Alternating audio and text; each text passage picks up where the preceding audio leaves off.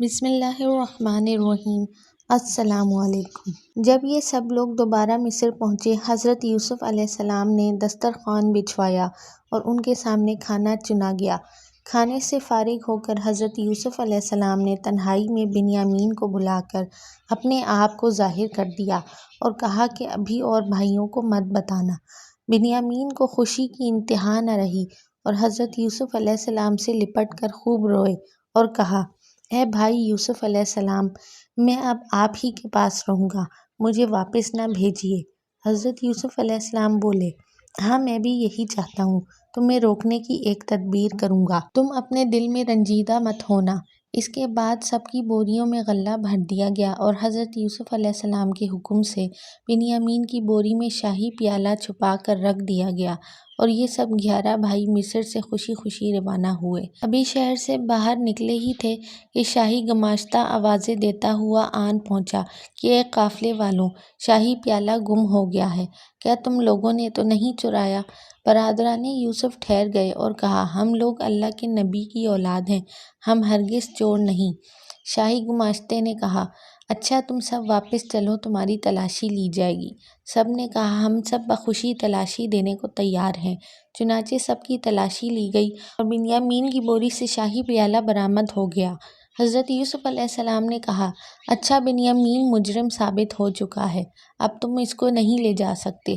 انہوں نے کہا، اے بادشاہ، ہمارا باپ بہت ہی ضعیف اور ناتواں ہے، ہم اپنے باپ سے عہد کر کے آئے ہیں کہ بنیامین کو اپنے ہمراہ واپس لے کر جائیں گے، تب ہی انہوں نے بڑی مشکل سے بنیامین کو بھیجا تھا، ورنہ وہ بھیجتے ہی نہ، اپنے ہمراہ واپس لائیں گے تب انہوں نے بڑی مشکل سے بنیامین کو بھیجا تھا، اب ہم اپنے باپ کو کیا منہ دکھائیں گے؟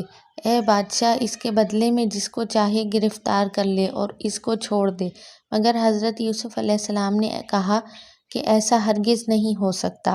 سب بھائی نا امید ہو گئے تو آپس میں مشورہ کرنے لگے کہ جو کچھ بھی ہو بنیامین کو ضرور ہمراہ لے جانا ہے، ورنہ باپ کو کیا منہ دکھائیں گے کہ ہم سب طاقتور ہیں، مصر پر حملہ کر دیں اور عزیز مصر کو قتل کر کے بنیامین کو چھڑا دیں۔ انہوں نے جنگ کا پکا ارادہ کر لیا اور مارے غصے کے یہودا کے رونگٹے کھڑے ہو گئے، آنکھیں سرخ ہو گئیں۔ حضرت یوسف علیہ السلام کے اس وقت 2 بیٹے تھے۔ چھوٹا بیٹا منشا بالکل یوسف علیہ السلام کے ہم شکل تھا۔ صاحبزادوں پر آپ علیہ السلام نے راز بھی ظاہر کر دیا تھا، مگر تاکید کر دی تھی کہ اس بات کو کسی پر بھی ظاہر نہ کریں۔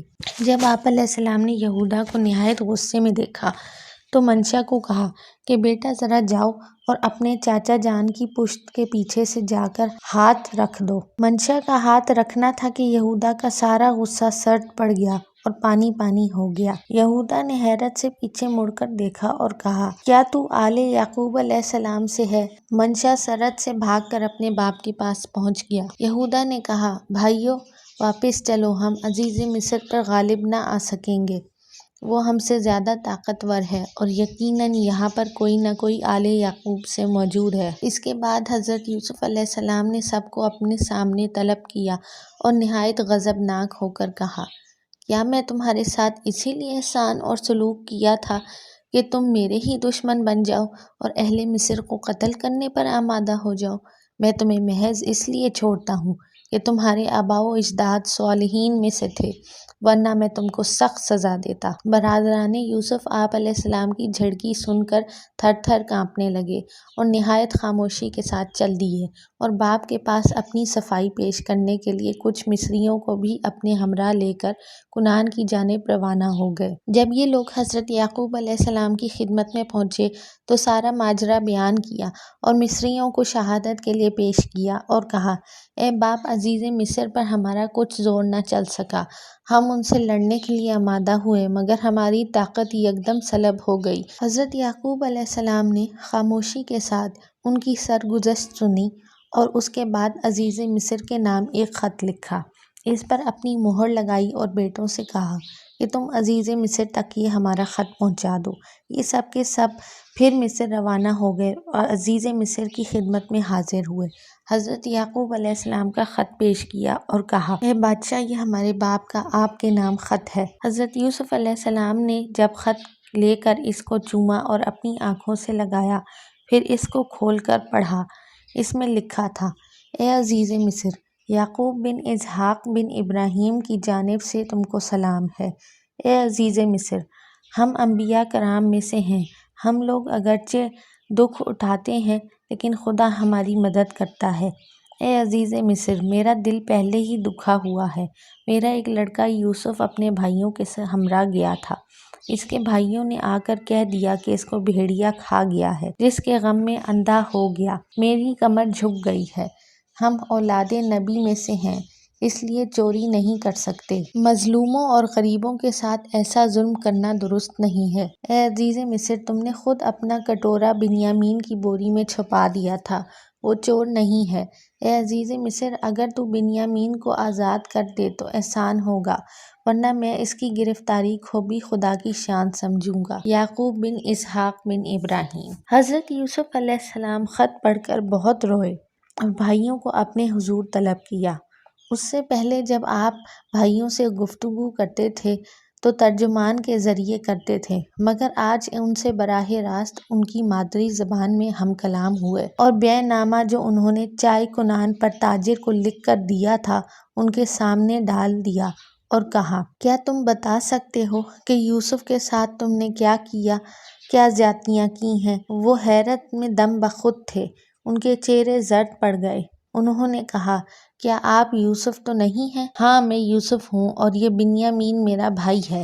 آپ علیہ السلام کے بھائی اتنا سنتے ہی تھر تھر کانپنے لگے، کیونکہ اپنی بدسلوکیوں کی وجہ سے اب وہ اپنی زندگی سے نا امید ہو چکے تھے اور ان کو یقین تھا کہ اب ہم سب ضرور قتل کر دیے جائیں گے۔ حضرت یوسف علیہ السلام نے کہا، ڈرو نہیں، اور اٹھ کر اپنے بھائیوں کو اپنے گلے سے لگا لیا اور کہا، میں نے تمہارا قصور معاف کر دیا، خدا تمہارے گناہ بخش دے، میں تم سے کوئی باز پرس نہیں کروں گا۔ یہ شیطان نے بھائیوں میں پھوٹ ڈال کر جدائی پیدا کر دی تھی۔ اس کے بعد آپ علیہ السلام نے اپنے والد کے نام ایک خط لکھا تھا، جس میں آپ نے لکھا، اے والد مہربان، اے والد مہربان، میرا یہ خود ارادہ تھا کہ میں کنعان میں حاضر ہو کر قدم بوسی کروں، لیکن خدا کی طرف سے یہ حکم ہوا ہے کہ میں آپ صاحبان کو اس جگہ بلا لوں۔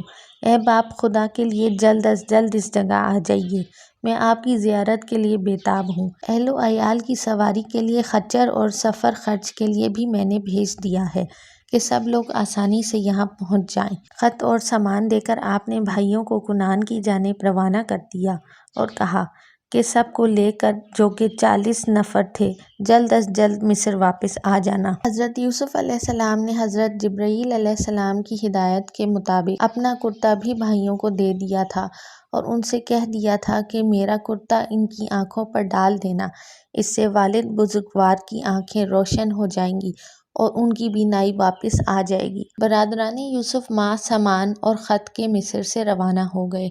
تھوڑے ہی عرصے کے بعد وہ سب کے سب کنعان پہنچ گئے اور خوشخبری سنائی۔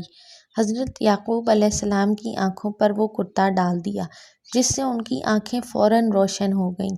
پھر انہوں نے آپ علیہ السلام کو حضرت یوسف علیہ السلام کا خط دیا۔